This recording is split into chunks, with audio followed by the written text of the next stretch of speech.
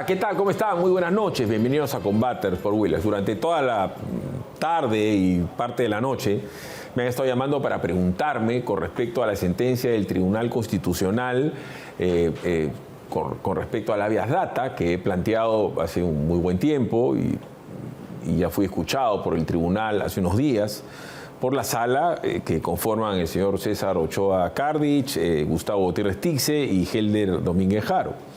El señor Ochoa Cardich el día de hoy ha salido a dar unas declaraciones en una radio local y ha dicho lo siguiente: ojalá que Dios ilumine a los señores, porque ya votaron, falta evidentemente la redacción de la sentencia y yo presumo que podríamos estar enterándonos del contenido de la misma el próximo jueves o el próximo viernes. Le hicimos una consulta a mi abogado Wilber Medina y nos dijo lo siguiente, y lo puso por escrito, si fueran tan amables de poner lo que nos ha enviado Wilber Medina.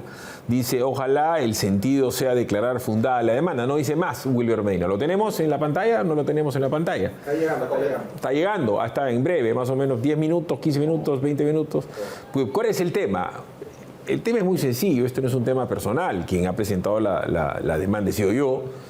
En este caso, la información no me atañe a mí en lo personal en absoluto. O sea, yo no soy accionista en una empresa, ni mi familia, ni una empresa constructora, pero al Perú lo robaron todas estas empresas. Entonces, Wilber Medina Bárcena nos dice: el magistrado César Ochoa informó que el habeas data que interpusimos con Philip Batters ya fue votado. Ojalá que el sentido sea de declarar fundada la demanda y permita a los peruanos conocer el contenido del acuerdo de colaboración eficaz suscrito con Oder. Miren, el tema del caso Lavajato, Odre, Club de la Construcción, las empresas brasileras, que no son solamente Odre, Andrade Gutiérrez, Queiroz Galbao, en fin, ¿no? OAS, tiene tal tamaño, podemos presumir que se trata de un robo de 5.000, de 6.000, de 7.000, de 8.000, de 9.000 millones. Miren el tamaño que tiene. Y hoy vamos a hablar de recaudación con José Luis Silva Martinot, que todavía no nos queda claro cuál fue el tamaño del daño. Por dar un solo ejemplo, en el caso de Odebrecht solamente ellos se han acogido en 4 casos. ¿Cuántas obras ha hecho Odebrecht en los últimos 25 años en el Perú? Hace poquito Brainsa, la empresa que ha coimeado a Vizcarra, se han acogido en 11 casos. Y estamos hablando de miles y miles de millones. Ejemplo, las interoceánicas. ¿Qué hubiera pasado si no hacíamos las interoceánicas? 7.000 millones de dólares. Y así hay casos alucinantemente grandes. Miren los peajes, el flujo que genera, cuántas obras más. Es un misterio sin resolver y yo presumo que la gente quiere saber al respecto. Le voy a preguntar a José Luis, porque además que ha sido exministro, es empresario y su familia ha invertido acá todo el Perú durante muchísimos años. Y como es obvio, él ha pagado impuestos toda una vida y los impuestos de él y de toda la gente que ha trabajado con él y de sus clientes y sus proveedores han sido para financiar las obras, como al fin y al cabo Odebrecht se enriqueció. José Luis, ¿qué tal? ¿Cómo estás? Buenas noches. Muy buenas noches, Philips. Gracias por la invitación. A ver, tu familia está en el rubro farmacéutico, está en el rubro de restaurantes, en distribución. ¿Al común de los empresarios les interesa saber qué pasó con el caso Odebrecht o ya no es un tema de conversación continua? Yo creo que a todos los peruanos nos interesa saber qué es lo que pasó y que se sancione a todas las personas que colaboraron que esta gente saqueara el Perú. Y creo que se te ha quedado corto el cálculo, porque más de 20.000 millones de dólares tranquilo ha sido este robo. Claro, pues no sabemos, o sea, a ver, es muy sencillo. En cualquier lugar del mundo, en Estados Unidos les han dicho: en todo esto hemos robado, toma tu multa y vete. Eso fue en Estados Unidos. Pero pueden mensurar. Acá en el caso de ellos solamente tiran dedo en 4 casos. Por dar un ejemplo, el gasoducto, nos están haciendo una demanda que fácilmente nos va a poder ganar más de entre 1.300 y 2.000 millones de dólares. Tú que has sido ministro, has estado en muchísimos consejos de ministros activamente. ¿Qué cantidad de obras se pueden hacer con 2.000 millones de dólares? ¿Cuántos hospitales, restaurantes? La cantidad de 2.000 millones de dólares, si nos remontamos a tiempos atrás, es con lo que se pudo haber hecho de repente 1 o 2 años de crecimiento económico generando inversión en obra de infraestructura real, no obra de infraestructura que no sirven para nada o que sirven para muy poco. Un día yo lo calculaba, yo tengo una gran relación con Carlos Vallejo, ¿no? Todo el mundo cuando pasa y mira la clínica Delgado la ve pues con asombro, ¿no? Es una típica clínica americana, el plano es americano, los vidrios son americanos, es una clínica mandada a hacer a Estados Unidos y la han hecho acá. Y eso costó $130 millones, incluido el sótano, en una calle en Miraflores. ¿Tú te imaginas la tremenda clínica o hospital que hace con $130 millones en San Juan del Lurigancho? Multiplico por 10. Hubieras podido hacer 10 clínicas Delgado en Lima. O sea, no habría problema en Lima de atención de los niños, de los ancianos, de los pequeños, de los grandes, de los medianos. Solamente en Lima, con 1.000 millones. Multiplícalo eso por 20. Y no sabemos cuánto fue. No sabemos cuánto fue y no solamente estamos hablando de clínicas, podríamos hablar también de escuelas y podríamos hablar de mejorar la calidad de maestros que hoy día enseñan a nuestros niños, ¿no? Bueno, y ojalá que en el caso de Lava Jato sirva para saber cómo lo hicieron, ¿no? En el caso particular de Toledo, que lo han, vamos a decir que lo han sentenciado. Es imposible que un presidente solo haga un negociado de esa naturaleza. Deben haber habido un montón de cómplices que nadie hasta el momento sabe quiénes son. Entonces, ojalá que nos den la razón. Hablando de tema de seguridad, porque la seguridad termina siendo un sobrecosto, ¿no? Para quien sea, porque tienes que gastar muchísimo en la seguridad del transporte de las mercaderías, de la puerta del restaurante o en la puerta de la fábrica, y el pago de cupos y el cobre de cupos es una desgracia. El ministro del Interior ha pedido reunirse con la fiscal de la Nación, con la señora Delia Espinosa, para sostener una reunión de carácter urgente a fin de articular acciones orientadas a potenciar la lucha frontal contra la criminalidad. Y le ha mandado una carta, bueno, un oficio, entre las autoridades se mandan oficios.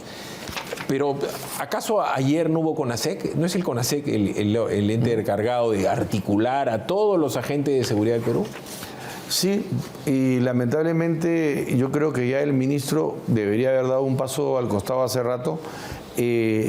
Nuestro país está en un nivel de inseguridad que genera no solamente el tema de costos y sobrecostos a las empresas, estamos hablando de las vidas que se están perdiendo y lo que más tristeza a mí personalmente me da es los miles de jóvenes que se están yendo del país, entre otras razones, por la falta de seguridad. Imagínate un chico de 18 años que lo matan en la barbería por un celular. Los jóvenes que están llamados a ser quienes gobiernen este país en 15, 20 años, lamentablemente las mentes más brillantes se están yendo de nuestro país. Ahora, un tema que es a ver, esto es como un perro que se muerde la cola, ¿no? Está la cantidad de raqueteos menores en los negocios chiquititos, que puede ser también una fonda, un chifa, antes habían cabinas de internet, pero ahora está de moda las barberías, ¿no? Que ya no se generan denuncias. La cantidad de celulares que se roban ya no genera denuncia. Entran a un sitio y te apuntan con una pistola y se roban 8 celulares en un restaurante que tiene, no sé, este tamaño, 25 metros cuadrados. Entonces, ya no hay confianza en la policía, no hay confianza en el Poder Judicial, ni tampoco confianza en la Fiscalía por todos los escándalos que hay. Es casi un problema sin solución, porque quien debería poner el orden, dar el ejemplo, es la señora presidenta del Perú, que ella sabemos que ha perdido credibilidad de una manera, no sé, parece sistemática, ¿no? Miren lo que ha dicho la señora. Ese es el valor que la ciudadanía debería valorar, reconocer. Y como dice también el general, aquellos intereses mezquinos que dicen que la policía no hace nada, que la policía no da resultados.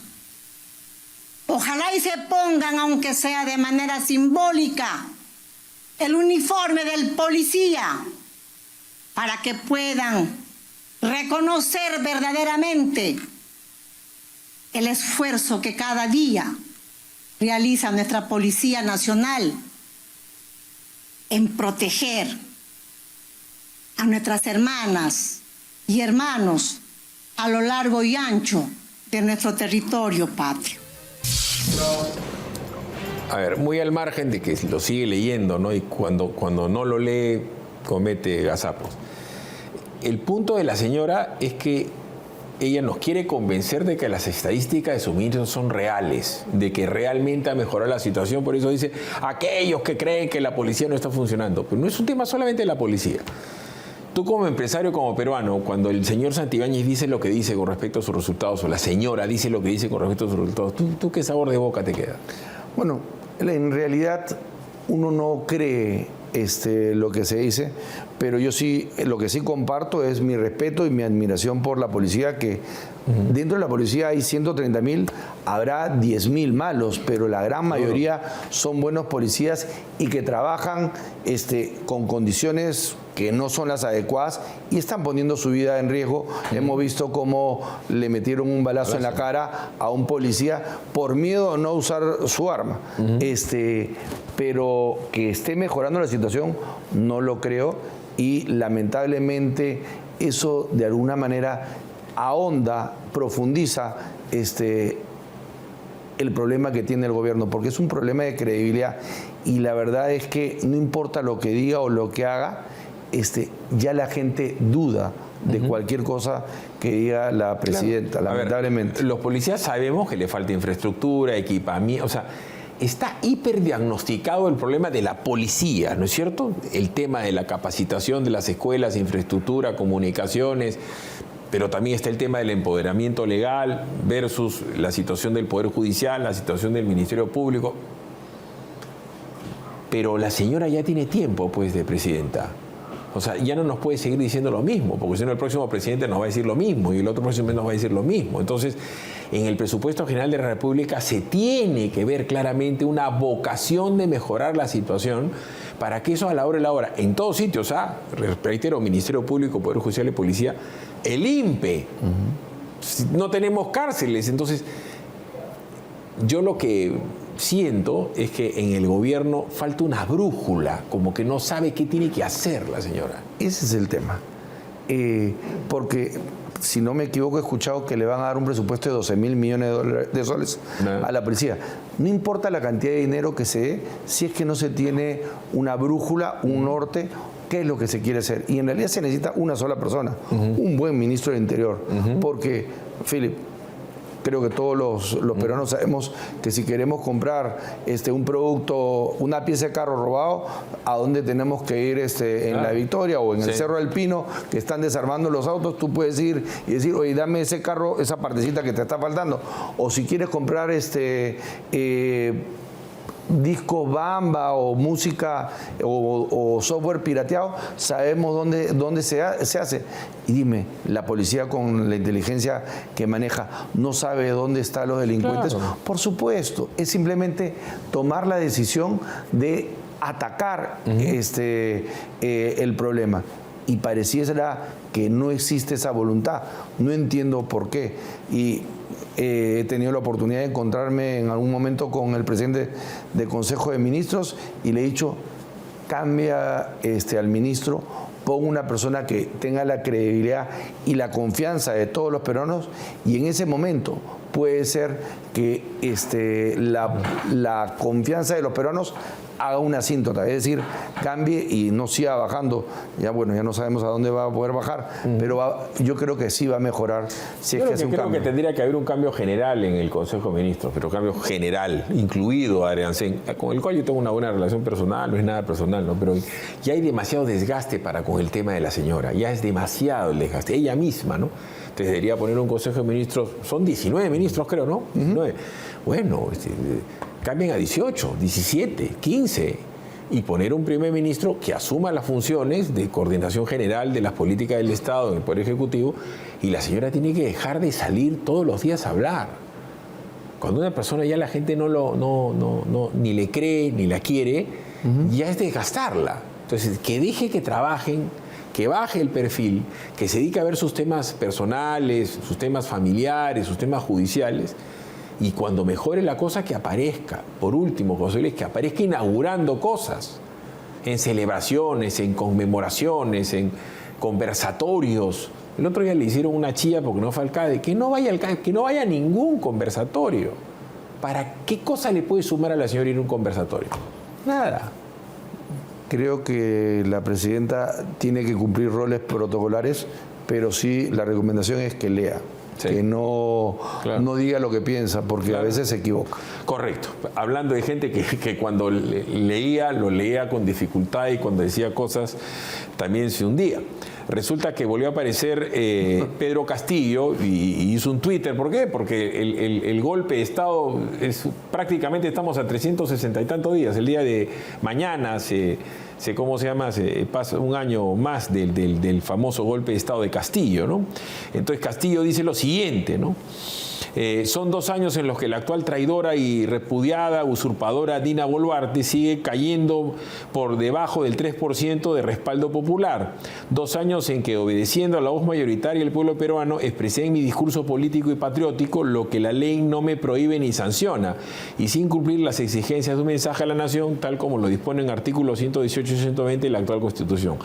O sea, yo entiendo que el señor sigue diciendo que no hizo un golpe de Estado, que no merece estar en la cárcel, pero básicamente lo que hace el señor Pedro Castillo es dirigirse a la gente que piensa y siente igual que él, y lo que está tratando de hacer él es catalizar el descontento popular para con la señora y para con el Parlamento, que digamos tampoco hace grandes esfuerzos para recuperar legitimidad. Así lo entiendo yo, ¿cómo lo entiendes tú? Bueno, primero que nada, ese señor es un delincuente y bien preso está, y ojalá que se quede por mucho tiempo en la cárcel. El análisis que tú has hecho, el análisis político es exacto. Lamentablemente hoy día darle como piñata a la presidenta de la República es muy bueno para réditos políticos. Dicen ahora. Pero otro que es hincha acérrimo de Combaters y de Willax es Vladimir Cerrón, que también ha tuiteado. Dice, un día como hoy, 6 de diciembre de 2022, se inició el golpe de Estado militar parlamentario contra Pedro Castillo, que concluyó al día siguiente, el día 7. Vamos a ver si estamos de acuerdo con... ¿Estamos de acuerdo? Sí, hoy día es viernes 6. Pero voy a comentar pues lo que pasó. En ese día, el día previo, en este programa, hicimos conocida la colaboración eficaz de Salatiel Marrufo, en donde Salatiel Marrufo, que era el jefe de gabinete de asesores en el Ministerio de Vivienda y cajero del Ministerio de Vivienda de Pedro Castillo, decía claramente cómo él tenía una bolsa de dinero para darle a los 6 hermanos de Pedro Castillo a 10.000 soles mensuales, y que inclusive él le había dado dinero a Pedro Castillo en su propio despacho del ministerio. Entonces, eso es lo que impulsa a Pedro Castillo a dar el golpe de Estado. Pero previamente, en este programa, se mostró clarísimamente un audio de Samir Villaverde coimeando a un ministro de Estado que era su cajero del Ministerio de Transportes y Comunicaciones, Silvia Villegas, prófugo de ese momento. ¿Alguna vez en la historia que tú recuerdas has escuchado un audio de alguien coimeando a un ministro? No, fue la primera vez en este programa. Entonces, el señor no solamente estaba en problemas porque él decía que lo estaban fastidiando políticamente, él tenía problemas penales y eso lo impulsa a dar un golpe. En el punto 1 dice, el general Gómez de la Torre comunica a las regiones militares dejando claro, yo soy el responsable, no hay otra orden. El general Gómez de la Torre era el jefe del Comando Conjunto de las Fuerzas Armadas. Para dar un golpe tú tienes que dar capacidad operativa. Y él asume una responsabilidad y dice, acá nadie se mueva, acá se quedan donde están, acá no va a haber golpe. Fue un hecho histórico. De repente la gente no sabe, o no se acuerda, que 2 días antes renunció el ministro de Defensa. ¿Por qué renunció el ministro de Defensa? Ya hubo sondeos previos por parte de Pedro Castillo para ver la posibilidad si iba a tener algún tipo de respaldo de algunos generales, los cuales no se alinearon. Y sigue diciendo Vladimir Cerrón en el punto 2, el general Bobbio Rosas, que era la persona que tú aludes, recibió en su despacho del Ministerio de Defensa a la embajadora de Estados Unidos, Lisa Kena. Recordemos que además la señora Lisa Kena, además de ser embajadora, era una persona importantísima para la CIA en América Latina. Le aseguró a Castillo que tenía el apoyo de las Fuerzas Armadas. Él se refiere de que a Castillo le dijeron que las Fuerzas Armadas iban a ir con él al golpe. El general Bobbio le dijo, sí, no te preocupes, esto cuando tú digas, como fue con Vizcarra, la policía fue y cercó el Parlamento. Los militares se quedaron en sus cuarteles. 3. El oficial mayor del Congreso, José Chevasco, mandó confeccionar por orden superior una nueva banda presidencial que debía lucir Dina Boluarte al día siguiente. ¿De dónde va a sacar eso, que Pepe Chevasco va a mandar a hacer una banda presidencial el día previo? Es parte de las mentiras que tanto Cerrón como Castillo nos han acostumbrado a escuchar, lamentablemente. Yo te puedo contar algo que a mí me lo ha contado a su vez Otárola. Otárola era el abogado de la señora vicepresidente en ese momento. Otárola había librado el tema de Club Apurímac, era su abogado. El día del golpe, la señora se mete un susto increíble, se desespera la señora. Y a la hora que dan el golpe y detienen a Castillo, la señora cree que le van a detener a ella y se va corriendo de su casa. Y lo llama por teléfono a Otárola. Y le dice, ¿qué hago? Y le dice, ¿dónde estás? Le dice Otárola. Estoy yendo a la casa de mi comadre, ¿no? De la señora Silva. Ya, okay. Y le dice, ¿qué cosa? Le digo, tranquilízate. No, que me va a meter presa. ¿Y por qué te vas a meter presa? No, ya cayó Castillo. Te van a esperar en el Congreso. Tú tienes que asumir la presidencia. Tenía tal cantidad de miedo la señora que Otárola la ha mandado a recoger. No tenía ropa. La ropa con que va, esa famosa ropa amarilla, es ropa prestada. Con razón no le queda bien. La gente, les estoy contando historia pura y dura. Otárola le hace el discurso. Otárola es una persona muy capaz. Totalmente. La llevan al Congreso. Después Otárola se ha metido un escándalo, vamos a decir, de falta sexual. Yo no estoy hablando de eso. Estoy hablando de ese momento histórico. La sube al carro, le redactan, la llevan al Congreso. Acuérdese cuando la señora llega al Congreso. No sabía por dónde entrar. Asume, juramenta, va a Palacio y la primera persona que visita a la señora es el presidente del Tribunal Constitucional, que Castillo dijo que había que cerrar. El autogolpe era solo un eslabón intermedio del otro plan. Castillo y colaboradores creyeron que el golpe lo daría él. Boluarte, quien renunció días antes al gabinete ministerial, juramentó como sucesora. No, la verdad es que ella no ha sido parte de una conspiración para que caiga Castillo. Ella se murió de miedo que la metan en cana. Aparte, yo no creo que tenga la capacidad para poder ser parte de una conspiración de este tipo. Es elucubraciones del señor Cerrón y esto de repente le han ayudado a sus amigos cubanos a redactarlo. A ver, ¿tú has trabajado? ¿Desde qué edad trabajas? De los 17. Ya. ¿Tu viejo y tu tío de qué edad trabajaban? Ellos desde que estaban en el colegio. Ya, correcto. Entonces, tú para llegar a manejar lo que tú quieras, hermano, un laboratorio, un restaurante, una empresa de distribución de lo que tú quieras, hermano, o hasta un ministerio, tienes que haber pasado por un proceso de vida, de aprendizaje, no solamente el colegio, la universidad, el trabajar, el hacer las cosas bien, el caerte, el levantarte, el generar, como todos los emprendedores del Perú. Tú no llegas a ser el dueño de... Ya, entonces, el gran drama de la señora hoy es que ella llegó de la nada al Ministerio de Desarrollo e Inclusión Social. José Luis, con todo lo que tú sabes de manipuleo de merca, para hablar en términos, tú te vuelves loco en el MIDIS, hermano. ¿Tú te imaginas lo que debe ser estar mirando lo que es Cualiguarma? ¿Quién compra, quién no compra, quién coimea, quién le dan, a quién no le dan, quién lo guarda? Debe ser dificilísimo. En tus empresas no pasan eso, ¿no? Por eso estás pensando que tu gerente de logística está llevándosela por acá. Ya, la señora llegó a ser primero ministra de Desarrollo e Inclusión Social y al año 7 meses presidente del Perú. Sin ningún tipo de preparación gerencial, ninguno, nada. Pero eso es culpa de quién? De nosotros. O sea, me refiero de nosotros los peruanos que no sabemos elegir.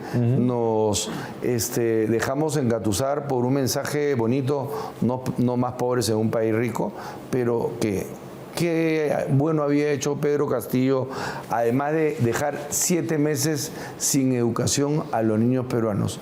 No había hecho nada. O sea, más bien había perjudicado a la mayoría de chicos de colegio, me refiero a los que estaban en los colegios públicos. No había hecho absolutamente nada.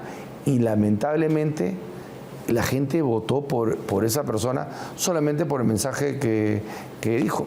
Mañana sale alguien y dice, a todos les voy a depositar $1 millón de dólares pero hay una parte, en su cuenta. ¿Tú eres miembro de cuántos gremios? soy director de 3 gremios. Que son ADEX, ajá. SNI, y bueno, uno que fundamos para promover el tema de los productos naturales, el IPPN, como FAS presidente. Y ahí está, en fin, ASBAN, que está CONFIEP, está la Sociedad Nacional de Radio y Televisión, bueno. Hay una serie de gremios muy importantes, pero hay una parte que nunca los empresarios quieren asumir, ¿ya? Y yo soy empresario y soy más capitalista que tú, no teniendo la centésima parte de tu capital. Cholo, se generó un odio en contra de Keiko Fujimori y de Alan García. Sideral, sistemático, 15 años destrozando. Entonces, la gente se llenó de resentimiento y hay gente que prefirió votar por Castillo en vez de Keiko. Entonces votó por este tipo y con Dina Boluarte, que no debió haber llegado porque, en fin, no era más que dos. Pero el anti-Alan y el anti-Keiko nos llevó a esto. El ser anti no suma en el Perú. Hay que dar ideas y ser pro algo. Esto pasó en el golpe de Estado. En atención al reclamo ciudadano a lo largo y ancho del país, tomamos la decisión de establecer un gobierno de excepción orientado a restablecer el Estado de Derecho y la democracia, a cuyo efecto se dictan las siguientes medidas. 7 de diciembre del 2022, el nefasto día en que Pedro Castillo, acorralado por denuncias de corrupción durante su breve gobierno, intentó dar un golpe de Estado. Disolver temporalmente el Congreso de la República e instaurar un gobierno de emergencia excepcional. Convocar en el más breve plazo a elecciones para un nuevo Congreso con facultades constituyentes para elaborar una nueva Constitución en un plazo no mayor de 9 meses. El anhelo de dictador le duró poco aquella vez, tan poco que ni bien se dio cuenta de su fracaso, intentó huir y fue capturado por su propia escolta en la avenida Garcilaso de la Vega. Se dijo que buscaba llegar a la Embajada de México para una vez ahí pedir asilo político. La exclusiva de su captura la tuvimos nosotros. Ahora solo le queda quejarse desde su celda en el penal de Barbadillo. Quejarse y culpar a otros porque arrepentido no está. Este 7 de diciembre de 2024 se cumplen 2 años de mi secuestro político, del golpe de Estado perpetrado por la ultraderecha, que, alzándose en armas y con el respaldo ilegal del Congreso dictatorial y un sistema de justicia politizado, además de la participación de las Fuerzas Armadas y la Policía Nacional, atentaron contra mi gobierno, el gobierno del pueblo. Que Pedro Castillo haya intentado romper el orden constitucional en complicidad de quien era en ese entonces su premier Betsy Chávez y algunos ministros, fue un acto de desesperación. Desde que se puso la banda presidencial, el gobierno de Castillo estuvo inmerso en acusaciones, con ministros señalados y hasta su familia embarrada. La acusación de entrega de dinero directa llegó recién el 6 de diciembre. La peor de las acusaciones, esta vez de entregas de dinero directo a sus manos, llegó recién el 6 de diciembre. En este programa hicimos pública la declaración que al día siguiente confirmaría el propio Salatiel Marrufo ante la Comisión de Fiscalización del Congreso. Dentro de los requerimientos, que se le atendiera a la familia del señor presidente, la señora Gloria Castillo Terrones, a quien se le entregaba sumas de 60,000 soles para ella y para sus hermanos. Dicho monto de dinero en 2 oportunidades fue entregado por el señor Heiner Alvarado y en las otras oportunidades fue entregado por mi persona. El entonces jefe del gabinete de asesores del Ministerio de Vivienda aseguró que le había dado plata a Pedro Castillo, dinero contante y sonante en sus propias manos. Todo eso lo dijo la mañana del 7 de diciembre del 2022, horas antes del golpe. El 16 de mayo del 2022, el señor presidente llega al Ministerio de Vivienda, llega al despacho, señor ministro, y posteriormente a mi oficina. Es ahí donde le entrego 100,000 soles que siempre teníamos en el ministerio dinero en efectivo, por cuando nos requerían para las protestas, para marchas, para pago de horarios profesionales, etc. De montos de 10,000 y 20,000 soles manejábamos una caja chica con el señor ministro. Más tarde, Castillo tenía que ir al Congreso para enfrentar una moción de vacancia en su contra. pero lo dicho por Marrufo cambió todos los planes en Palacio de Gobierno. El chotano, secundado por Betsy Chávez, tal y como se vería luego en el detrás de cámaras de TV Perú, dio el nefasto mensaje a la nación del autogolpe. Disolver temporalmente el Congreso de la República e instaurar un gobierno de emergencia excepcional. Producto de su intento de golpe, Pedro Castillo está preso y así deberá quedarse. Su golpe, por más que haya quedado solo en una burda intención, no puede ni debe quedar impune.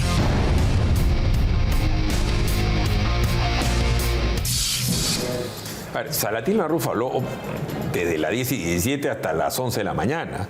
A las 11 y 47 da el golpe de Estado. Ay, pero José Luis, no hay que ser un genio, ¿no? Cierren el Parlamento, cierren el Tribunal de Garantías Constitucionales, cierren el Poder Judicial. Lo dijo claramente. Y vamos a instaurar un gobierno de emergencia para redactar una nueva constitución. Con lo cual no ibas a ser dueño ni de tus tabas. ¿Eso no es golpe de Estado? Para mí es golpe de Estado aquí en la Cochinchina. Él era el jefe supremo de las Fuerzas Armadas y le estaba dando una orden directa a todos sus subordinados para que cercaran el Congreso y que cerraran todas las instituciones que tú has mencionado. Lo está diciendo Vladimir Cerrón. A ver, por favor, el general Bobbio recibió de su despacho al ministro, a la embajadora americana, aseguró a Castillo que tenía el apoyo de las Fuerzas Armadas. O sea, Castillo da el golpe pensando en que los tanques iban a cerrar todo, como pasó con Fujimori. ¿Recuerdan? Fujimori salieron todos y tomaron todo, ¿no es cierto? El Congreso, la casa de Felipe Osterling, la casa de Bobby Ramírez El Villar, en fin, llegaron al comercio, a los canales de televisión, le hicieron perfectas y ¡tac! ¿Ya? En el caso de Vizcarra, las 4 Fuerzas Armadas principales se quedan en los cuarteles y es Carlos Morán el que con la policía cerca el Congreso. Famoso, ¿no? El plasticazo que le cae a Tubino y tal. En el caso de este señor, nadie le hizo caso. Menos mal. Menos mal. Menos mal que tuvimos a un burro de presidente con idea de izquierda que hizo eso y que nos demostró claramente que lo que la izquierda quiere es entrar a hacerse rica a ellos y no le interesa y fíjate, ahorita que tú decías qué suerte, así fue el tema, ¿no? Cuando nosotros tenemos acceso, lo que pasa es que el Perú pues es el país de la envidia, ¿no? O sea, el destape se dio en este programa y se dio en este canal. Por supuesto, la gente ya se lo olvida. El otro día estaba hablando con un amigo mío, le mando saludos a Malulo, a Roberto Romaña, justo que estaba hablando del tema de la Cámara de Comercio de Chancay, y yo le decía a la gente que este país se olvida de lo que hemos hablado. Esto ha pasado ahorita nomás. Y después vinieron un periodo de matanzas horrible. Han muerto cerca de 70 personas. ¿Pero promovidas por quién? Por eso pues te digo, pero eso es lo que ha pasado. Porque estos señores venían preparando un golpe, o alguien puede pensar que lo que sucedió no venía armándose desde antes. Cuando Pedro Castillo y el propio Aníbal Torres se paseaban haciendo consejos de ministros. Tú has sido consejo de ministro. No es una payasada pensar un consejo de ministro, te vas paseando lugar por lugar del país haciendo arengas, hermano. Está bien, un consejo de ministros descentralizado de vez en cuando, pues se pasaba una vez a la semana y se paseaban por todos lados, arengando a la subversión, mandando a muchachos al cadalso. El presidente del Perú, y que el primer ministro dijo, correrán ríos de sangre. El primer ministro de un país no puede hacer eso con la gente joven. A mí lo que me dolía mucho era ver cómo un presidente podía sistemáticamente estar dividiendo a los peruanos entre los de la capital y los de provincia, entre los blancos y los cholos, entre los ricos y los pobres, cuando la función de un presidente es justamente hacer que todos los peruanos... Entraba el Congreso y atacaba a los políticos, entre ellos a Keiko y Alan. Entonces, uno tiene que darse cuenta que si un país se llena de odios y de odios y de odios, deja de pensar y va a votar por cualquier otrito que te diga voy a romper todo. Que eso es lo que estamos ahorita otra vez metidos en el tema. Eso es lo que está pasando ahorita. Porque Antauro tiene una potencia electoral sideral. Entonces, ¿qué están haciendo? Que Antauro no sea candidato. Porque si es candidato, la canción. Pero ¿en qué se equivocaron los grandes sabios del Perú para que alguien termine votando por Pedro Castillo. Algún error tienen que haber tenido, hermano, por Dios santo, pero en fin. Lo que pasa es que es mucho más fácil vender un discurso de anti que un discurso de pro, ¿no? Es mucho más fácil hacer un discurso en el cual se basa en el odio, en donde hay que quitarle a este maldito que tiene, hay que expropiar o hay que hacer que quiere matar a su hermano. O sea, yo comparto contigo que es el hacer las cosas en función a un odio, un revanchismo, y que le permite decir estupideces como que quiere ir a secuestrar al rey de España para recuperar lo que se llevó Pizarro. O sea, por eso, pues, ¿a qué tiene que llegar el Perú al extremo de odiar tanto a los otros para que ese personaje que dice esas barbaridades genere credibilidad? Hoy que a mí me han llamado, José Luis, durante todo el día, gente a felicitarme por el acuerdo, yo les pregunto a todos estos señores y señoras que me llaman, no me feliciten porque todavía no se sabe el resultado, ¿por qué no se preocuparon por saber lo que pasó antes? Antes de permitir que han destrozado a todos los partidos políticos, ¿eh? Castañeda lo metieron, la gente ni se acuerda de Castañeda. Lourdes Flores está en los mismos problemas, el APRE en los mismos problemas. ¿Qué hicieron los grandes sabios de la política peruana, los gremios de la política peruana, para parar esta barbaridad del caso Lavajato? Nada. ¿Qué hicieron para frenar a Castillo? Los gremios del Perú. La CONFIEP. No, los gremios ese día se pronunciaron. No, perdón, para que caiga Castillo, ¿qué hicieron? Yo te lo puedo decir porque soy amigo de todos. Nada. Nada. Cero.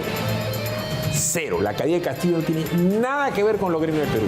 Absolutamente. Ahí yo déjame decirte, habíamos empresarios que estábamos preocupados por el tema y no solamente preocupados, ocupados. Ya tanto así que a mí me amenazaron de expulsarme. Una persona, el presidente de un gremio, me amenazó expulsarme de un gremio por haber estado hablando en contra de Pedro Castillo. Sí. Ya algunos gremios sirvieron para tenderle alfombra roja. Yo he bloqueado gente de uno de tus gremios, ¿ya? Yo nunca he vuelto a hablar con el presidente de la Asociación Nacional de Industrias. Lo bloqueé. Nunca. Él quería ser premier de Castillo por una sobretasa, Nunca más lo he mencionado al señor. Nunca más lo he mencionado. Para mí los gremios no hicieron nada. Pero en fin, en mi opinión, yo me equivoco a cada rato. Vamos a ir a la pausa. Estás apurado, tú estás apurado cuando estaba verde. ¿Qué tienes que hacer? Estás esperando, tranquilo. Sordera, sientes que ya no escuchas como antes, te estás perdiendo las conversaciones con tus seres queridos. La solución la tiene Audifón. Audifón te ofrece audífonos medicados, diseñados en 3D y con tecnología alemana. Son dispositivos que mejoran la audición y lo vas a utilizar de una manera cómoda y discreta. Cada paciente tiene un seguimiento que para el disfrute máximo de sus audífonos. Audifón tiene 18 sedes en todo el Perú y puedes agendar una cita llamando al 01-510-1313 o a través del WhatsApp 983-402-173. Experimenta la libertad de una muy buena audición con Audifón. Ciertamente les presentamos Terraza de Chepe Conde, donde el mar y la diversión se unen creando un paraíso exclusivo ubicado entre Asia y Cerro Azul. Terraza de Chepe Conde ofrece un estilo de vida exclusivo para cumplir con tus sueños y los de tu familia. Descubre tu próximo punto de encuentro en el sur con canchas deportivas, toboganes espectaculares, piscinas tipo playa y un bulevar comercial. Lotes con título de propiedad en uno de los condominios más selectos del sur. Aprovecha los precios mágicos en Terraza de Chepe Conde, Condominios Club y Bulevar. Visítanos en www.aventura.pe/chepeconde o llama al 905-457-777. Siempre con el respaldo de Condominios Aventura, vive la magia. Le comento solamente a José Luis, de los 4 grupos económicos más grandes del Perú, TVO estaba y está vetado, porque Bater se mete mucho en política. Durante el gobierno de Castillo, en este canal no le ponían un sol de publicidad de Ramón y a ti te consta, porque se meten en política. Pausa comercial, regresamos.